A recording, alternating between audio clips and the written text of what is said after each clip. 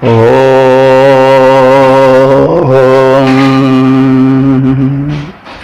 वेद प्रेमियों, सुधी श्रोताओं, संप्रति हम सब ऋग्वेद के प्रथम मंडल के 116वें सूक्त के 8वें मंत्र की व्याख्या में प्रवेश करने जा रहे हैं। यह मंत्र त्रिशुप नामक छंद में निबद्ध है और मंत्र दृष्टा ऋषि हैं कक्षीवान, दैर्घ्य, तमस, औषि। तो कक्षीवान तो ऋषि का मूल नाम है और दैर्घ्य, तमस और औषिज वो अपत्यार्थक प्रत्यय लग करके बना शब्द है। तो इस सूक्त के और मंत्र के दोनों के देवता हैं अश्विनी कुमार और शीर्षक है असुरों द्वारा यंत्रणापूर्ण कारागार में डाले गए अत्र ऋषि का अश्विनी कुमारों द्वारा उद्धार। तो आप देखेंगे कि इस सूक्त में वैज्ञानिक उपलब्धियों का पूरा वर्णन है। भिन्न भिन्न क्षेत्रों में उसमें वैज्ञानिकता कहाँ तक पहुँची थी इसके संकेत हैं। तो यह ध्यान से द्रष्टव्य सूक्त है।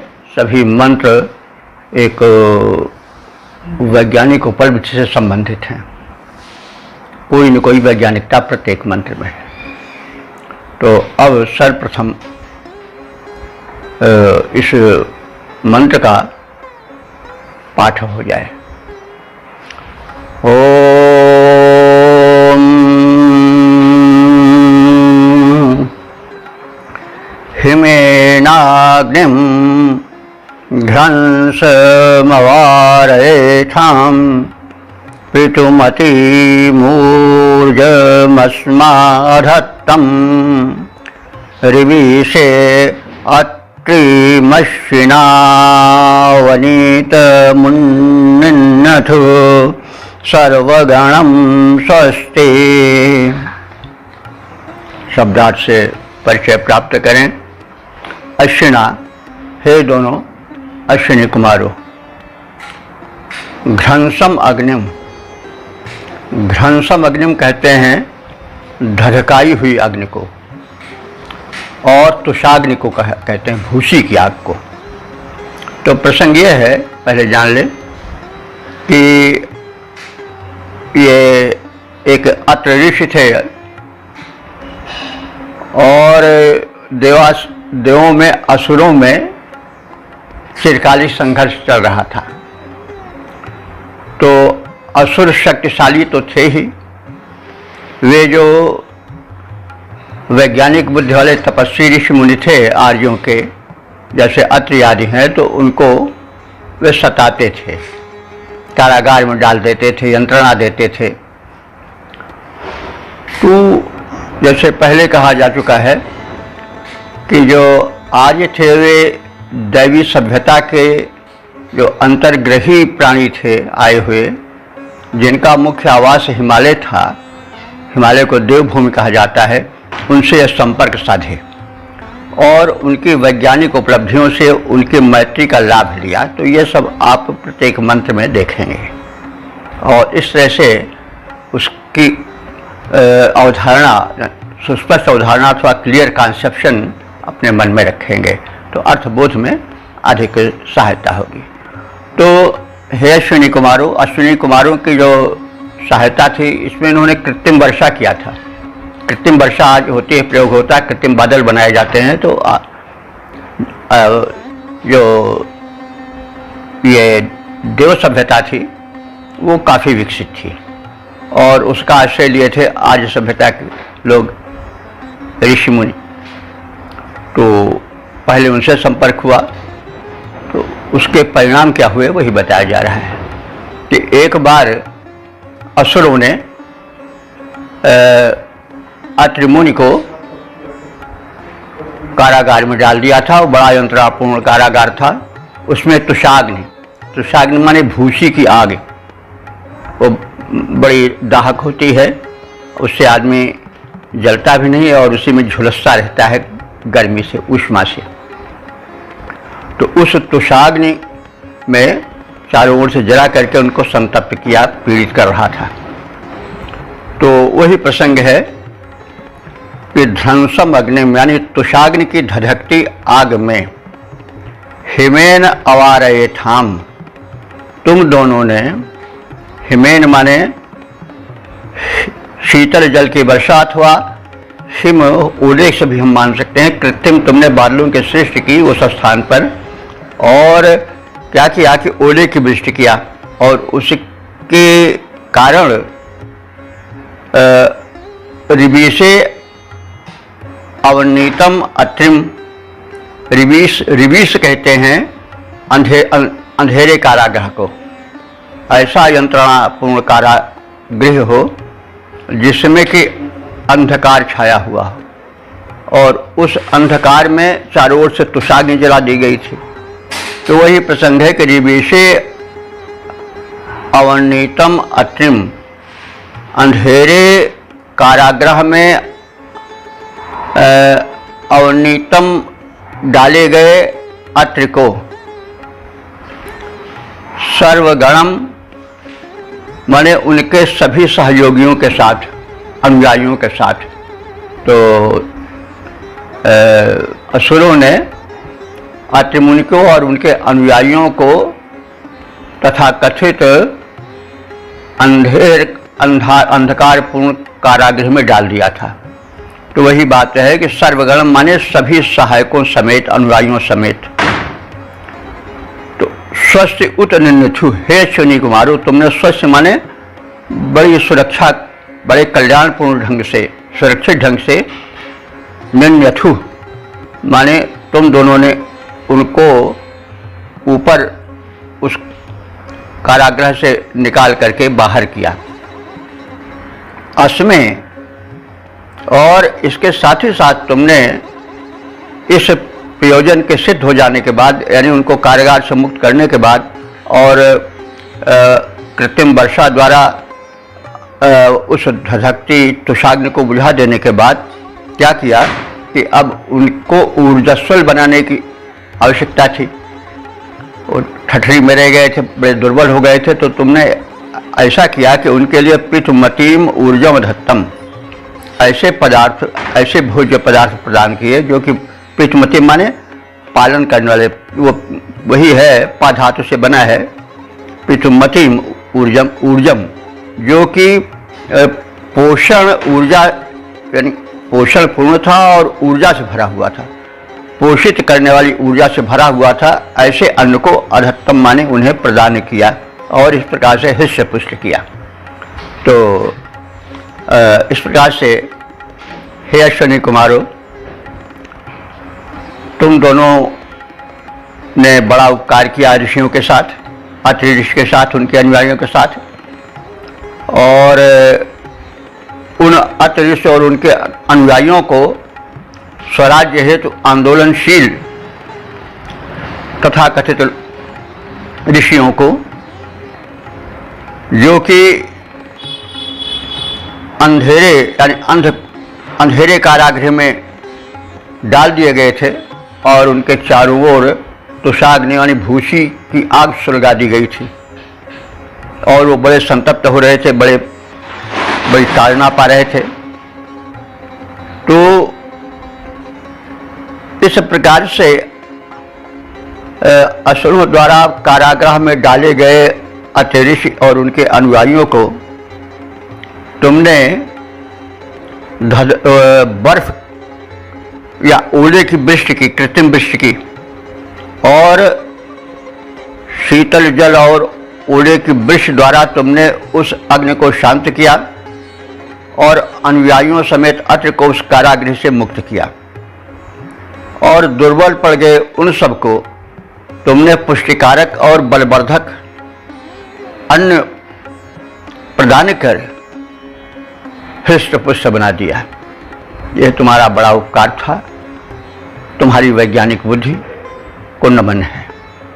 तो इस प्रकार से हमने वैज्ञानिकता देखा और देवताओं को ऋषियों, मुनियों, आर्यों के सहायक रूप में देखा, और कृत्रिम वृष्टि की शक्ति या उसका विज्ञान अश्विनी कुमारों को जो कि देव सभ्यता के सदस्य थे, उनका ज्ञान था और उनसे आर्यों ने लाभ उठाया। तो इसके हम पद्य रूपांतरण पर दृष्टि डालें। असुरों ने आंदोलन रत अत्र बिलोका, असुरों ने आंदोलन रत अत्र बिलोका, तब कारागृह कठोर में उनको झोंका। अनुयायियों सहित उत्पीड़ित अत्र बड़े थे, वे औंधे मुख हो कष्टित वहां पड़े थे। असुरों ने चारों ओर से आग लगाई, जो धधक रही थी बनी बड़ी दुखदाई। तुमने हिम द्वारा शांत कर दिया ज्वाला, तुमने हिम द्वारा शांत कर दिया ज्वाला। ऋषि को अनुयायियों सहित वहां से निकाला, बलप्रद अति पौष्टिक अन्न उन्हें था खिलाया, बलप्रद अति पौष्टिक अन्न उन्हें था खिलाया। यो हृष्ट पुष्ट कर उनको स्वस्थ बनाया, यो हृष्ट पुष्ट कर उनको स्वस्थ बनाया। तो इस प्रकार से हमने इस मंत्र में निहित वैज्ञानिकता को जाना और देवताओं की कृपा किस प्रकार से आर्यों पर हुई, अत्रिमुनि पर और उनके अनुयायियों पर हुई, जो संघर्षरत प्रबल पड़े असुरों द्वारा कारागार में डाल दिए गए थे। तो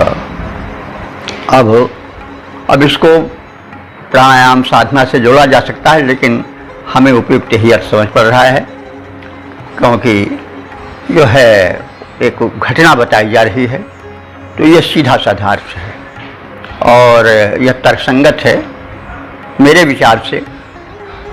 तो अब हम अपर मंत्र में प्रवेश करेंगे। यह अब उसे भी ध्यान से सुनना है, उसमें भी एक वैज्ञानिकता निहित है। ओम वेद प्रेमियों, सुधी श्रोताओं, संप्रति हम सब ऋग्वेद के प्रथम मंडल के 116वें सूक्त के 9वें मंत्र की व्याख्या में प्रवेश करने जा रहे हैं। यह मंत्र त्रिष्टुप नामक छंद में निबद्ध है। मंत्र दृष्टार्ष कक्षीवान है और देवता हैं अश्विनी कुमार। संबंधित मंत्र का विषय है अश्विनी कुमारों द्वारा गौतम ऋषि के हित में नलकूप की व्यवस्था करना। तो अब संबंधित मंत्र का प्रथम पाठ हो जाए। ओम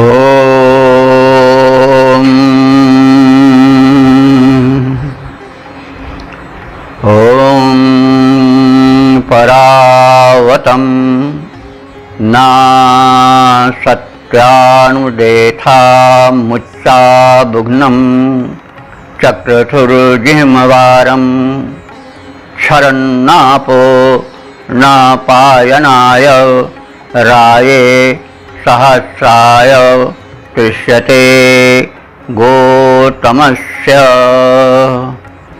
शब्दार्थ भावार्थ आदि से परिचय प्राप्त करें।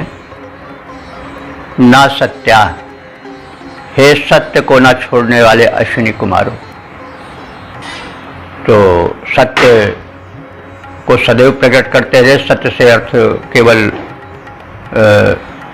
जबान से निकाले वाले वाक्य से ही नहीं संबंधित है, वरन प्रकृति के गूढ़ रहस्यों में छिपे हुए सत्य को प्रकट करना, यह भी वैज्ञानिकता है ना। प्रकृति के रहस्यों को ज्यों ज्यों मनुष्य जान रहा है, त्यों त्यों वह आविष्कार के क्षेत्र में, वैज्ञानिकता के क्षेत्र में बढ़ रहा है। तो सत्य से मतलब वाचिक सत्य ही नहीं, वरन वह सत्य है जो कि प्रकृति में अभी लुप्त है और प्रकट नहीं हुआ है, जिसको वैज्ञानिक बुद्धि से प्रकट किया जाता है। तो हम उससे भी जोड़ सकते हैं और सत्य वचन वाचिक सत्य से भी जोड़ सकते हैं। तो न सत्या विशेषण है अश्विनी कुमारों को का। तो हे सत्य को न छोड़ने वाले, सत्य का अन्वेषण करने वाले अश्विनी कुमारों, अवतम परा अनुदेठाम। अवतम माने जलाशय में, परा माने दूर पड़े हुए जल को तुम लाए थे। प्रसंग यह है कि गौतम ऋषि बड़े तपस्वी ऋषि थे, बड़े उच्च कोटि के साधक थे। वे रेगिस्तानी प्रदेश में रह रहे थे, तो रेगिस्तान में जलाभाव रहता ही है। तो उस जलाभाव यानी जल के अभाव को दूर करने के लिए अश्विनी कुमारों ने अपनी वैज्ञानिक बुद्धि से दूर पड़े हुए जल स्रोत से जल का प्रवाह उस रेगिस्तान तक लाए जहाँ गौतम ऋषि तपोरत थे। उनका आश्रम जो कि सूखा पड़ा था, वहाँ सबकी पिपासा तो बुझी ही, साथ ही साथ नई फसलें भी लहराने लगीं। तो यह बड़ा ही प्रशंसनीय कृत्य था। तो इसमें एक नहर बनाने का और कुछ नलकूप ऐसी व्यवस्था करने की ओर संकेत मिलता है। तो हे ना सत्या, दूर पड़े हुए जल स्रोत को या कूप को तुम बहुत दूर से गौतम ऋषि के आश्रम तक लाए थे। उच्चा बुघ्नम जिह्मवारम चक्रथु, और उच्चा बुघ्नम माने जल प्रवाह को तुमने ऊंचा उठाया था। तो जल प्रवाह नलकूप के द्वारा ऊंचा उठाया जाता है, अथवा नहर बनाई गई और नहर के द्वारा उस जल प्रवाह को ऊंचे किसी फोर्स से, जैसे आज होता है जल नीचे है या कोई झील है या सरिता है, जल स्तर तो काफ़ी नीचे है भूमि, समतल भूमि से, लेकिन उसको एक विशेष वैज्ञानिक बुद्धि द्वारा, एक पंपिंग सेट के द्वारा उसको ऊंचे उठाया जाता है। तो वही संकेत कुछ मिल रहा है कि तुमने उच्चा बुघ्नम जिह्मवारम, तो उस जल को तुमने ऊंचा किया। जिह्म माने होता टेढ़े मेढ़े, तो नहर जो होती है वो टेढ़ी मेढ़ी नाली होती है, तो बिल्कुल सीध में नहीं जाती है, कहीं उसको धरातल के हिसाब से टेढ़ा मेढ़ा भी किया जाता है, उसी को जिह्म कहते हैं। तो तुमने उस जलधार को जिसको नीचे से ऊपर उठाया था, उसको टेढ़े मेढ़े नालियों से बहाया। वार कहते हैं जल को, जिह्म वारम, वार माने जल, वार भी कहा जाता है वार को। वार और वार एक ही चीज़ है। इसकी व्युत्पत्ति होगी कि वारयत तृषाम इति वारा।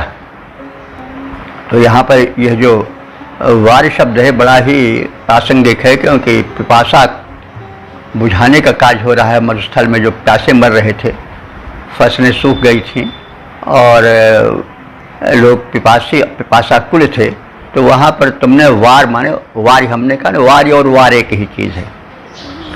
तो वारे अतिशाम इति वारा यानी जल। तो तुमने उस नीचे धरातल से ऊंचे धरातल पर लागे जलधार को जिह्म माने टेढ़ा मेढ़ा करके बहाया, यानी नहर ऐसी कुछ व्यवस्था की। और त्रिशते गोतमस्य पायनाय, जो त्रिशते माने पिपासाकुल था, ऐसे गोतमस्य माने गौतम ऋषि और उनके शिष्य प्रशिष्य और परिवार को पायनाय माने पीने के लिए व्यवस्था की। प्यासे गौतम के पीने के लिए व्यवस्था की जल की। सहस्राय राय न, और फलस्वरूप सिंचन आदि की व्यवस्था हो जाने के कारण वे सहस्राय राय, राय कहते हैं समृद्धि को, हजारों प्रकार की समृद्धि प्राप्त करने के समान वो व्यवस्था थी। न माने समान, यहाँ राय न, हजारों प्रकार की समृद्धि पाने के समान व्यवस्था थी, यानी उससे धन धान्य आदि संपन्न फसलें उगने लगी, हरियाली छा गई, फल फूल छा गए, तो वो हजारों धन के बराबर हो गया। और इस प्रकार से तुमने आपाक्षरण जल धाराएं बहा दी। तो इससे नहर का संकेत मिलता है, अथवा नलकूप ऐसी कुछ व्यवस्था का जो है वह दृश्य विचार में आता है। तो इसमें एक वैज्ञानिकता है कि धरती के जल को नलकूप के माध्यम से अथवा दूर पड़े हुए जल को, झील के जल को या सरिता के जल को दूर तक ले जाना, जहाँ की जल नहीं है, मतलब जल की व्यवस्था नहीं है, जो सूखा मरुस्थल है, तो इस प्रकार के कुछ नहर की या नलकूप आदि का संकेत मिलता है। तो इस प्रकार से सत्य पर स्थिर रहने वाले हे अश्विनी कुमारों, कुएं के पानी को या जल स्रोत को एक स्थान से दूसरे स्थान तक बड़ी दूर तक तुम ले गए थे। इस हेतु तुमने तल भाग को ऊंचा करके नहर आदि के टेढ़े मेढ़े मार्ग बनाकर जल को गौतम ऋषि के आश्रम तक, जो कि मरुस्थल में स्थित था, वहां तक उसको प्रवाहित किया था। उसे गौतम ऋषि के आश्रम तक ले गए थे। वहां आश्रम वासियों को पेय जल उपलब्ध कराया था। आश्रम वासियों ने सिंचाई के साधन प्राप्त कर सहस्रों प्रकार की उपज करके धन धान्य आदि संपदाएं प्राप्त की थी। तो इस प्रकार से तुम्हारे उपकार को नरिश भूले ना हम भूलेंगे। अब इसके हम पद रूपांतरण को देख लें। अश्विनी कुमारों तुमने नहर बनाई, अश्विनी कुमारों तुमने नहर बनाई, यों जलधाराएं गई दूर तक लाई, गौतम आश्रम तक जलधाराएं आई, पानी पीकर फसलों की हुई रोपाई। आश्रमवासी जल पेय वहाँ पर पाए, आश्रमवासी जल पेय वहाँ पर पाए, फिर फसल हजारों भांति वहाँ उपजाए। धन धान्य संपदा परिपूरित आश्रम था, धन धान्य संपदा परिपूरित आश्रम था, संपन्न बना था देश, सफल सब उद्यम था। तो इस प्रकार से हमने एक वैज्ञानिक झलक देखी जो वैदिक युग में थी। तो अब हम आगे के मंत्र की व्याख्या में प्रवेश करेंगे। ओम वेद प्रेमियों, सुधी श्रोताओं, संप्रति हम सब ऋग्वेद के प्रथम मंडल के 116वें सूक्त के 10वें मंत्र की व्याख्या में प्रवेश करने जा रहे हैं। यह मंत्र जो है तिष्टुप नामक छंद में निबद्ध है। मंत्र दृष्टा कक्षीवान है और इस मंत्र का शीर्षक है अश्विनी कुमारों द्वारा जरा जीवन च्यवन ऋषि का कायाकल्प। अब संबंधित मंत्र का प्रथम पाठ हो गया है।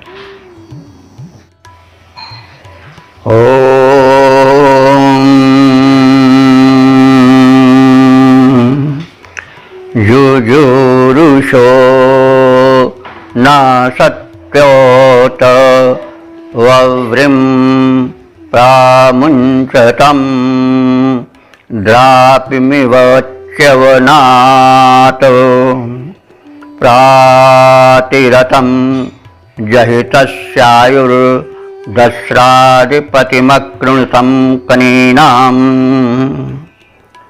शब्दार्थ और भावार्थ आज से परिचय पाएं।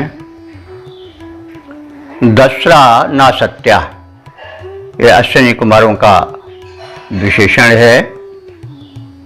दस्रा कहते हैं शत्रुनाशक। शत्रु तमाम है, ये हम लोग सुनते आए हैं।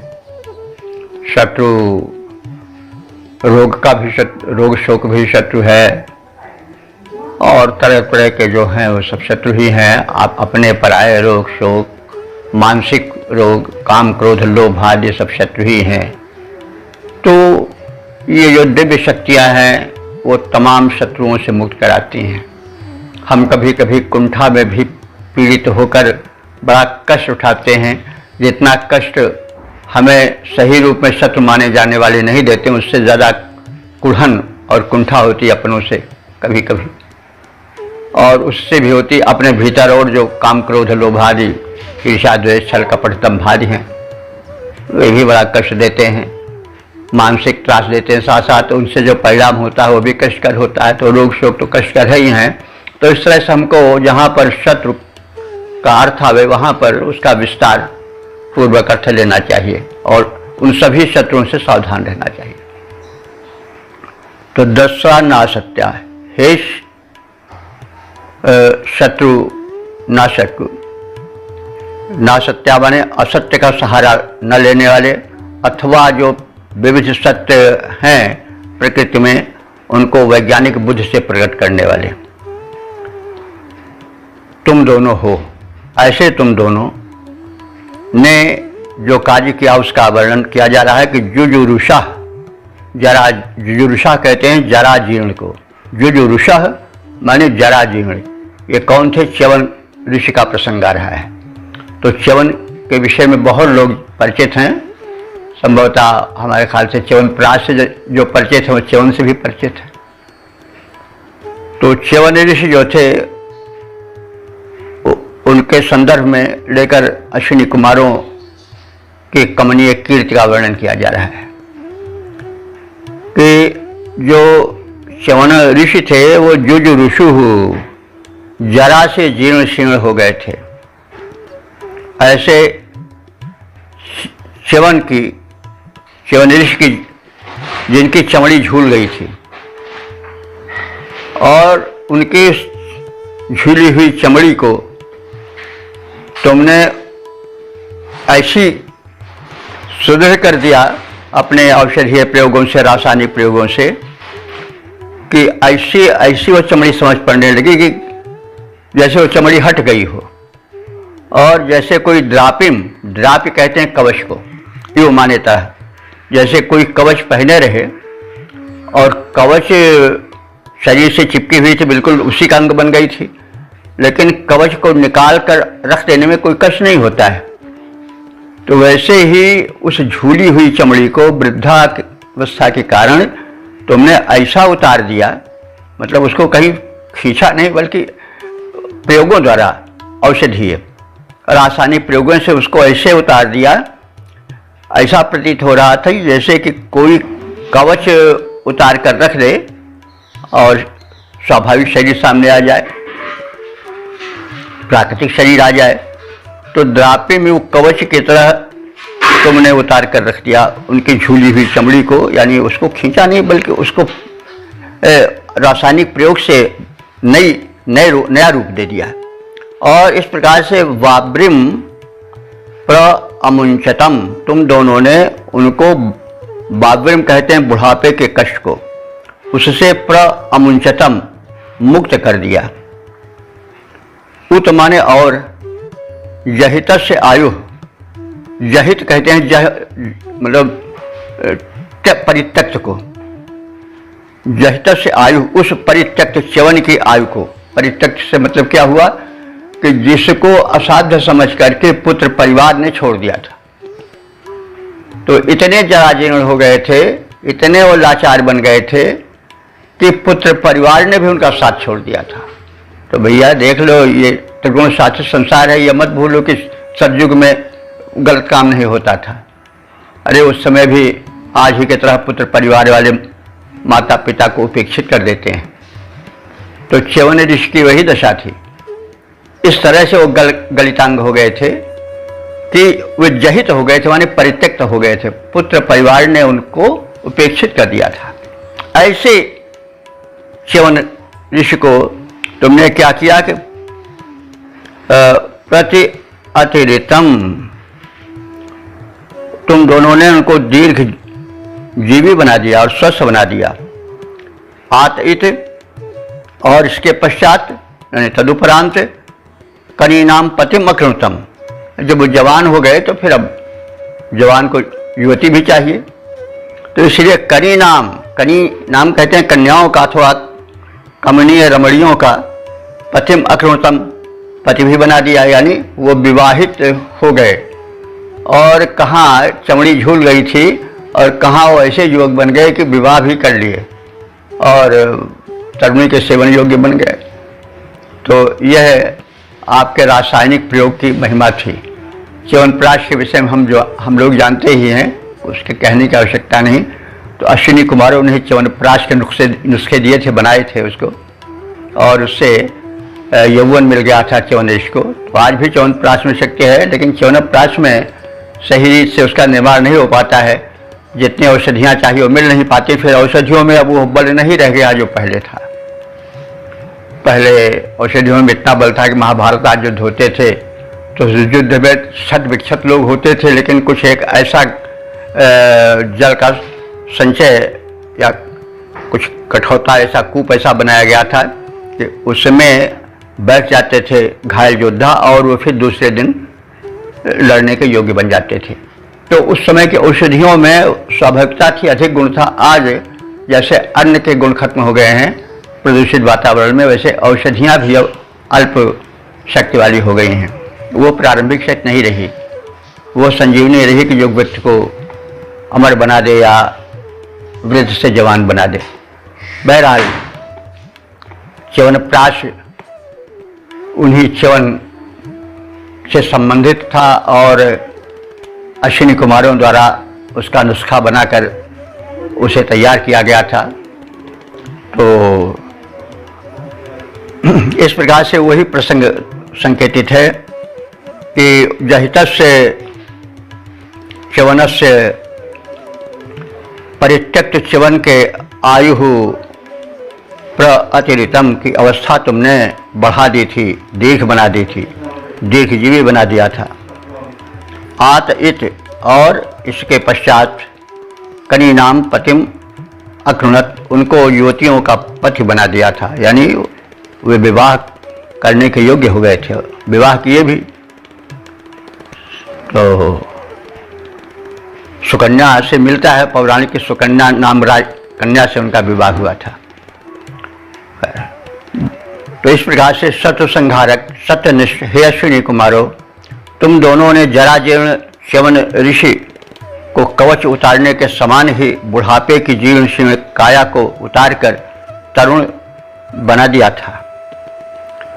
उनकी आयु जो कि क्षीण हो चुकी थी उसको अपने रासायनिक प्रयोगों द्वारा दीर्घायुष्य में परिणत कर दिया और तदुपरांत तुम दोनों ने उनको इस प्रकार से योग्य बना दिया, सुंदर बना दिया, स्वस्थ बना दिया, स्वरूप बना दिया कि वे युवती स्त्रियों के पति बन गए। तो अब इसके हम छंदोबद्ध प्रारूप को भी देख लें। शत्रु विनाशक सत्यनिष्ठ अश्विनी कुमारो, शत्रु विनाशक सत्यनिष्ठ अश्विनी कुमारो, तो उन्होंने दुर्लभ चमत्कार जो किया निहारो। बूढ़ी चमड़ी दूर च्यवन की कर दी वैसे, कवच उतार देह से कोई रख दे जैसे। युवक देह की भांति च्यवन की देह बनाया और अंग अंग में नव यौवन का फूल खिलाया। युवक देह की भांति च्यवन का देह बनाया और अंग अंग में नव यौवन का फूल खिलाया। दीर्घ आयु कर दी प्रदान उनको सुखकारी, लगी वर्ण करने उनको बहुत सुंदर नारी। सत्य विनाशक सत्यनिष्ठ अश्विनी कुमारो, तुमने दुर्लभ चमत्कार जो किया निहारो। तो इस प्रकार से हमने कायाकल्प की विद्या की झलक यहाँ पर दिखी कि जिसके प्रयोग से जिसकी चमड़ी झूल हुई है ऐसा वृद्ध ही नवयुवक बन गया था। तो यह वैज्ञानिक उपलब्ध है वैदिक युग की। ओम वेद प्रेमियों, सुधी श्रोताओं, संप्रति हम सब ऋग्वेद के प्रथम मंडल के 116वें सूक्त के 11वें मंत्र की व्याख्या में प्रवेश करने जा रहे हैं। यह मंत्र त्रिशुक नामक छंद में निबद्ध है। मंत्र दृष्टा ऋषि हैं कक्षीवान और देवता हैं अश्विनी कुमार तथा संबंधित मंत्र का प्रतिपाद्य विषय है वंदन ऋषि का उद्धार। अब सर्वप्रथम संबंधित मंत्र का पाठ हो जाए।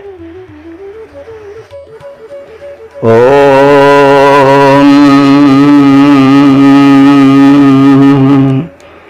यद्वां नराशंसं राध्यं चाभीष्टमन्ना सत्या वरूथं यद्विद्वांसा निधिमिवापगूढहं मुद्दर्शतादुपथुर्वन्दनाय। शब्दार्थ से और संदर्भ से परिचित हो लें। संदर्भ यह है कि एक वंदन ऋषि थे, आर्य थे, असुरों से संघर्ष चलता ही था। तो उन वंदन ऋषि को असुरों ने जीत करके और बरबस जा करके किसी जंगल में गड्ढे में छिपा दिया था और वो इतने परवश हो गए थे कि उनका उद्धार नहीं हो सकता था, किंतु अश्विनी कुमारों ने उनका उद्धार किया। तो इसी प्रसंग को इसमें संकेतित किया गया है। नरा ना सत्या, ये अश्विनी कुमारों का विशेषण है। हे अश्विनी कुमारों, तुम नेता हो। नरा माने नेता, तुम दोनों नेतृत्व गुण से समृद्ध हो। अपने गुणों के उत्कर्ष के कारण तुम उस क्षेत्र में सबसे आगे हो, इसलिए नेतृत्व करने वाले हो। ना सत्या वाली जो सत्य का प्रयोग करता हो और असत्य से बड़ा दूर रहता हो, सत्यान्वेषण में निरत और असत्य बातों से विरक्त। तो हे सत्य पालक नेता अश्विनी कुमारों, वाम तत्व, वाम माने तुम दोनों का, तत्व माने वह कार्य जिसका कि हम वर्णन करने जा रहे हैं, संकेत जिसका करने जा रहे हैं, वह अभीष्टिमत बड़ा ही वांछनीय था, बड़ा ही सराहनीय था। वरूथम माने वह स्वीकार करने योग्य था, यानी उसके आगे नतमस्तक होकर तुम्हारी महत्ता को स्वीकार करना ही पड़ता था या करना ही पड़ा। संशम राध्यम च, और वो तुम्हारा कार्य जो वंदन ऋषि के उद्धार विषयक था वो संशम था। संशम माने प्रशंसनीय। संश धातु है, जैसे प्रशंसा होता नहीं तो प्रावसर लग गया, तो ऐसे संश है। संश माने जो है वो प्रशंसनीय। तुम्हारा वो कार्य जो वंदन ऋषि के उद्धार से संबंधित था वो निश्चित ही बड़ा ही प्रशंसनीय था। और राध्यम माने आराधनीय था। विद्वांसा, हे दोनों ज्ञानी अश्विनी कुमारों, यत माने जो, अपगूढ़हम निधिम इव, अपगूढ़हम कहते हैं गाड़ी गई, छिपाई गई। निधि माने खजाना, इव माने तरह। जैसे कोई खजाना जमीन में गाड़ कर छिपा दिया जाए और कोई उसको ढूंढने न पावे, लेकिन कोई चतुर या विज्ञ ऐसा हो कि उस खजाने को ढूंढ ले, तो जो धरती में गड़ा पड़ा हुआ है, छिपाया पड़ा हुआ है, वैसे ही वंदन ऋषि जंगल में किसी गड्ढे में इस तरह से छिपा दिए थे कि उनका खोजा जाना असंभव था। लेकिन तुम दोनों ने उनको खोज निकाला। कैसे? जैसे छिपाया गया खजाना हो, तो अपगूढ़म निधिम इव, छिपाए गए खजाने की तरह तुमने उन बंदन ऋषि को खोज निकाला और उनका उद्धार किया। कहाँ से? दर्शतात, यानी गर्त से, जिस गहरे में वे गड्ढे गहरे में डाल करके जंगल में छिपा दिए गए थे, वहाँ जा करके तुमने उनको खोज निकाला। कैसे? जैसे कोई धरती में गड़ा हुआ खजाना खोज निकालता है। तो वंदनाय उत उपथु, और वंदन ऋषि को इस प्रकार से ऊपर उठाया, उनका उद्धार किया, बाहर लाए उसे गहन वनभूमि से, गड्ढे में छिपे हुए स्थिति से। तो हे सत्यनिष्ठ नेता अश्विनी कुमारों, तुम दोनों के श्रेष्ठ सराहनीय कार्य आराधना के योग्य हैं, प्रशंसनीय हैं। हे ज्ञानी अश्विनी कुमारों, वंदन नामक ऋषि गहन गर्त में गिरा दिए गए थे और वहाँ छिपाए हुए असहाय पड़े थे।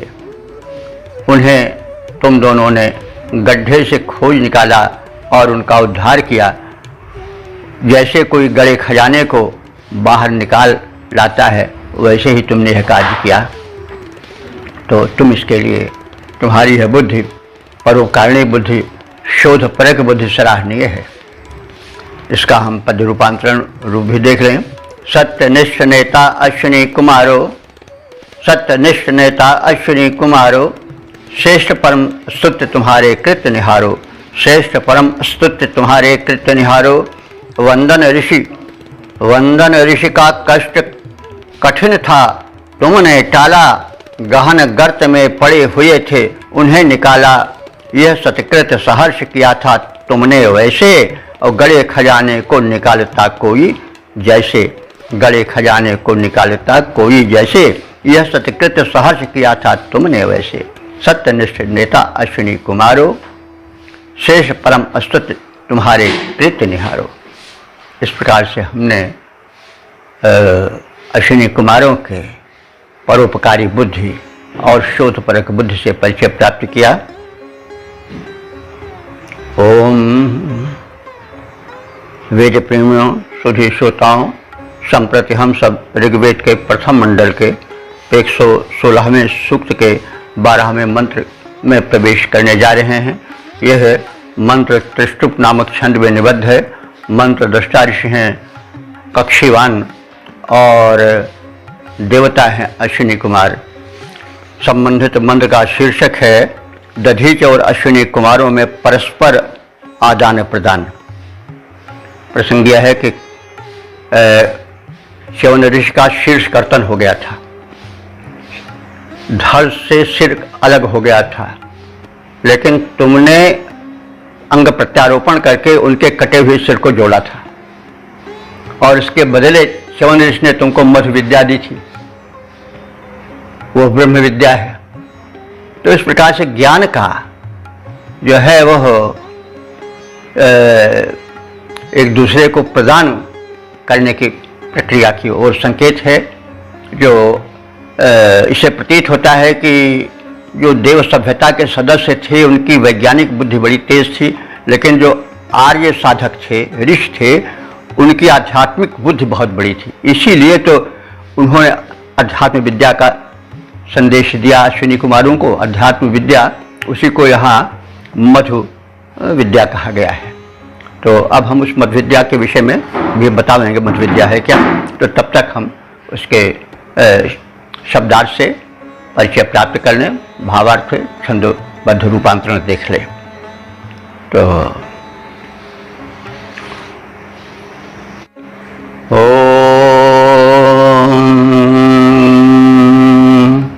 तद्वां नरासनये दंस उग्रमाविष्कृणोमि तन्नतुर्नवृष्टिं दध्यं ह यन्मध्वाथर्वणो वामस्य शीर्षा प्रयदीमुवाच।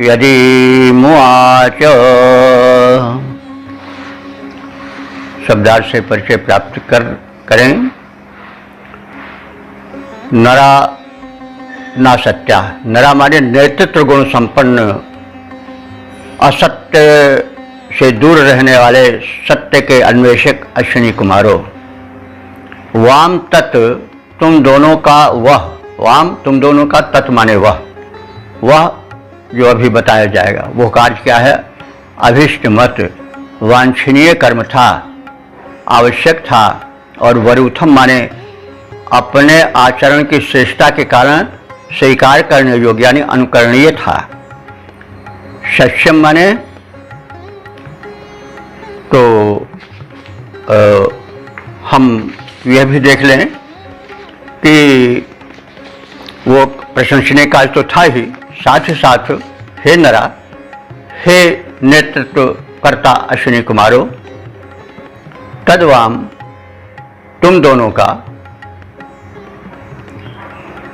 यत अथर्वण दध्यं, जो अथर्व कुल में उत्पन्न हुए दधीच ऋषि ने और उनसे संबंधित कार्य था। दध्यं कहते हैं दधीच को, और अथर्वण माने अथर्वा ऋषि के कुल में उत्पन्न हुए। जो तुमने अथर्वा ऋषि के कुल में उत्पन्न हुए दधीच ऋषि ने अश्वस्य शीर्षार्थ घोड़े के सिर से ही, वाम माने तुम दोनों को, यत इम मधु जो उस मधु विद्या का, प्रउवाच माने उपदेश दिया था। तो इसमें थोड़ी एक अंतर कथा है। ये शंकराचार्य ने कहा है कि इंद्र ने इन दध्यं को यानी दधीच को, जो कि अथर्वा ऋषि के कुल में उत्पन्न हुए थे, उनको मध्य विद्या बताई थी। मध्य विद्या वो विद्या है जो कि एक ही आत्म तत्व संसार में है, फैला हुआ है, वो मध्य विद्या है। ये बड़ी गूढ़ विद्या है। इसमें यह कहा जाता है कि आज भी विज्ञान इसको स्वीकार करता है कि पहले संपूर्ण ब्रह्मांड एक कंचे के बराबर था और कुछ नहीं था, सब शून्य शून्य था। उस एक कंचे से थोड़े अंश से में जो विस्फोट हुआ, उस प्रसार से अरे अनंत ब्रह्मांड बना, जिसमें कि अनंत सूर्य हैं, अनंत चंद्र हैं, अनंत धरती है और उसमें अनंत प्रकार के जीव जंतु हैं, प्राणी हैं। तो यह जो है वो वैविध्यपूर्ण अनंत संसार जो है, उसमें प्रथम आर्य ऋषियों ने, आर्य जाति के ऋषियों ने यह शोध किया, यह आध्यात्मिक शोध थी कि एक ही का अनंत विस्तार, एकम सद्विप्रा बहुधा वदन्ति, एक ही सत्य है और जो वैविध्य दिखाई पड़ रहा है वो माया है, यानी वो एक भटक, एक ही फैला हुआ है सर्वत्र। तो जनक उनका एक ही है, तत्व एक ही है, वही अनेक रूपों में विस्तृत हुआ है और एक ही में सब कुछ है। इसलिए जो यह द्वैत है यह अज्ञान के कारण है। जब ज्ञान हो जाता है तो यह द्वैत तत्व समाप्त हो जाता है और द्वैत तत्व के समाप्त होने का मतलब हुआ कि संकट का समाप्त हो जाना। मैं तय तोर मोर तय माया और जही बस कीन्हे जीव निकाया। और इसी माया के अज्ञान से में पड़ा हुआ व्यक्ति तरह तरह से कष्ट उठाता है। शारीरिक मानसिक कला कपट छल जो है यही तो है ना कि जब हम दो मान लेते हैं, हम अलग हैं वो अलग है, हम उसको मारो, उसको अपमानित करो, उसको लूटो, अपने को बनाओ, अपनों को उठाओ, और हम कुछ सीमा तक अपना विस्तार रखते हैं, उसी को अपना मानते हैं, शेष को शत्रु मान लेते हैं और ये भी देखते हैं कि अपने भी कभी कभी शत्रु बन जाते हैं। तो ये सब अज्ञान ही का तो परिणाम है। जब हम एक तत्र को मोह का शोका एकत्र मन पश्यता कहा गया है स्पष्ट यजुर्वेद के 40वें अध्याय में कि भाई जब एकत्व देखोगे तो सारा ज्ञान और सारा कष्ट दूर हो जाएगा। तुम अपने को बांट लिए हो जगह जगह पर, ये भाई है, यह शत्रु है, यह मित्र है, यह अपना है, यह पराया है, यह ऊंचा है, यह नीचा है, यह छोटा है, यह बड़ा है, यह त्याज्य है, अत्याज्य है। यानी इस तरह से तुम इतने टुकड़े कर डाले हो अपने को कि उसी भ्रमजाल में भटक रहे हो। तो पहले उस भ्रमजाल को नष्ट करो, पहले ज्ञान के धरातल पर आओ, तब तुम्हारा कष्ट सब जल जाएगा, नष्ट हो जाएगा। तो यही मध्य विद्या है। जो तेज है सूर्य में, चंद्र में, अग्नि में, सब कहाँ, वो सब एक जगह से निकला, एक ही तत्व से निकला है और तुम उसको अलग अलग देख रहे हो।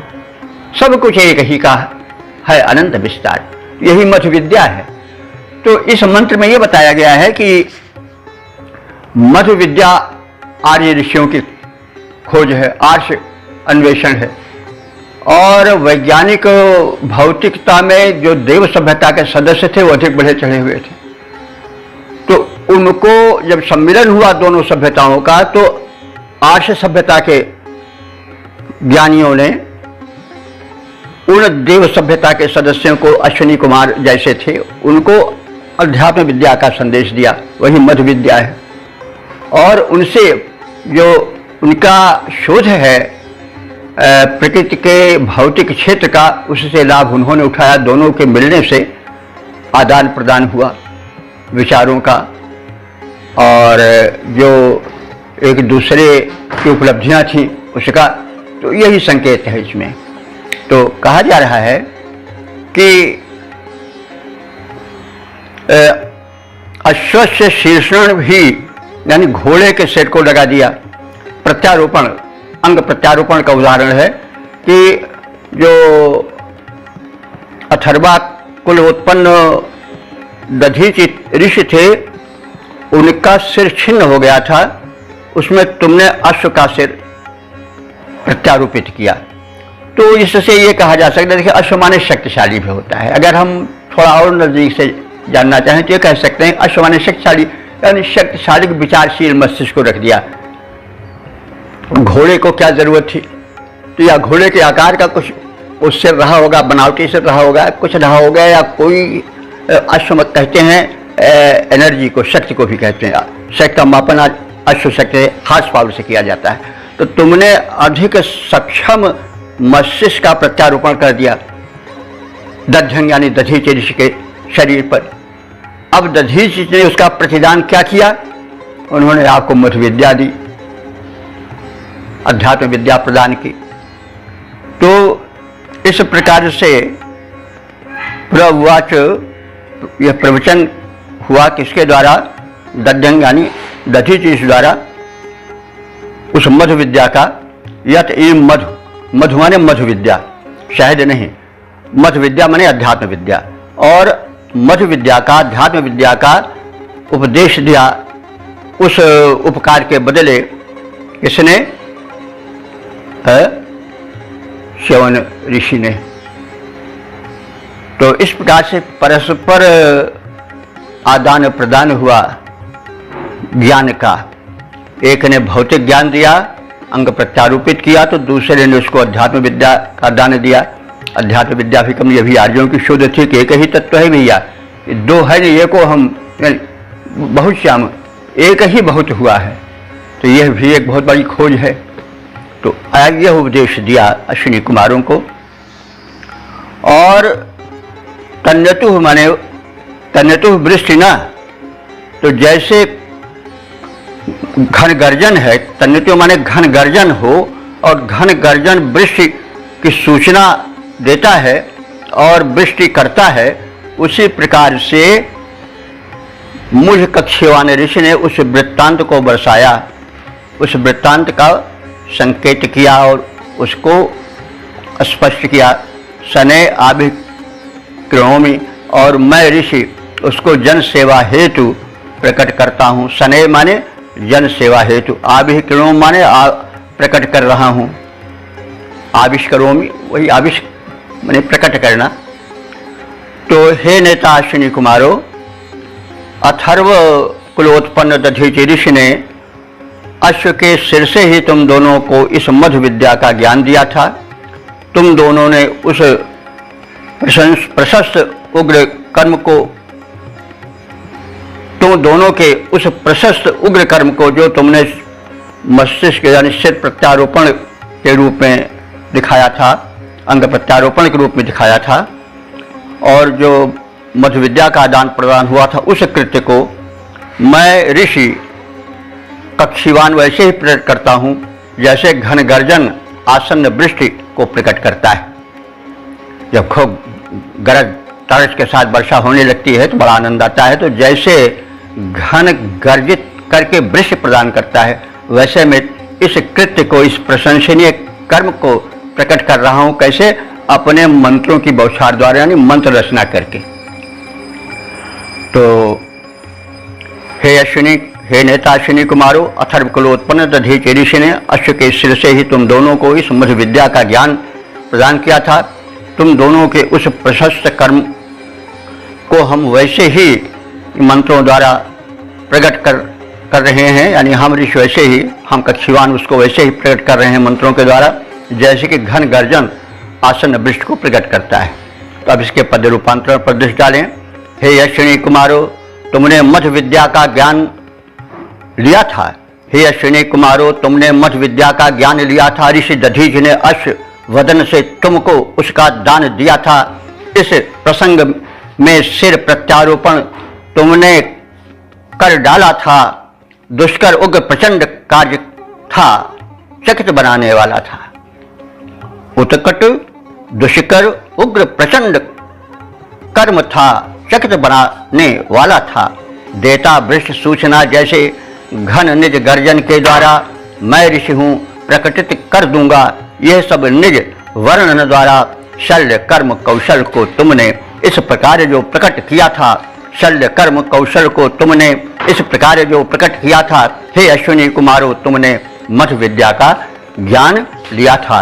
हे अश्विनी कुमारो, तुमने मधु विद्या का ज्ञान लिया था। इस प्रकार इस मंत्र में देव सभ्यता अश्विनी कुमारों यानी देव सभ्यता के सशक्त सदस्य अश्विनी कुमारों द्वारा भारतीय ऋषियों महर्षियों को भौतिक सभ्यता का ज्ञान कराना, भौतिक अन्वेषण से परिचित कराना, लाभान्वित करना, और भारतीय ऋषियों की जो खोज थी मत विद्या की, जिसमें कि एक ही तत्व से सारा संसार बना है, यहाँ दो है ही नहीं, एको हम बहुश्याम।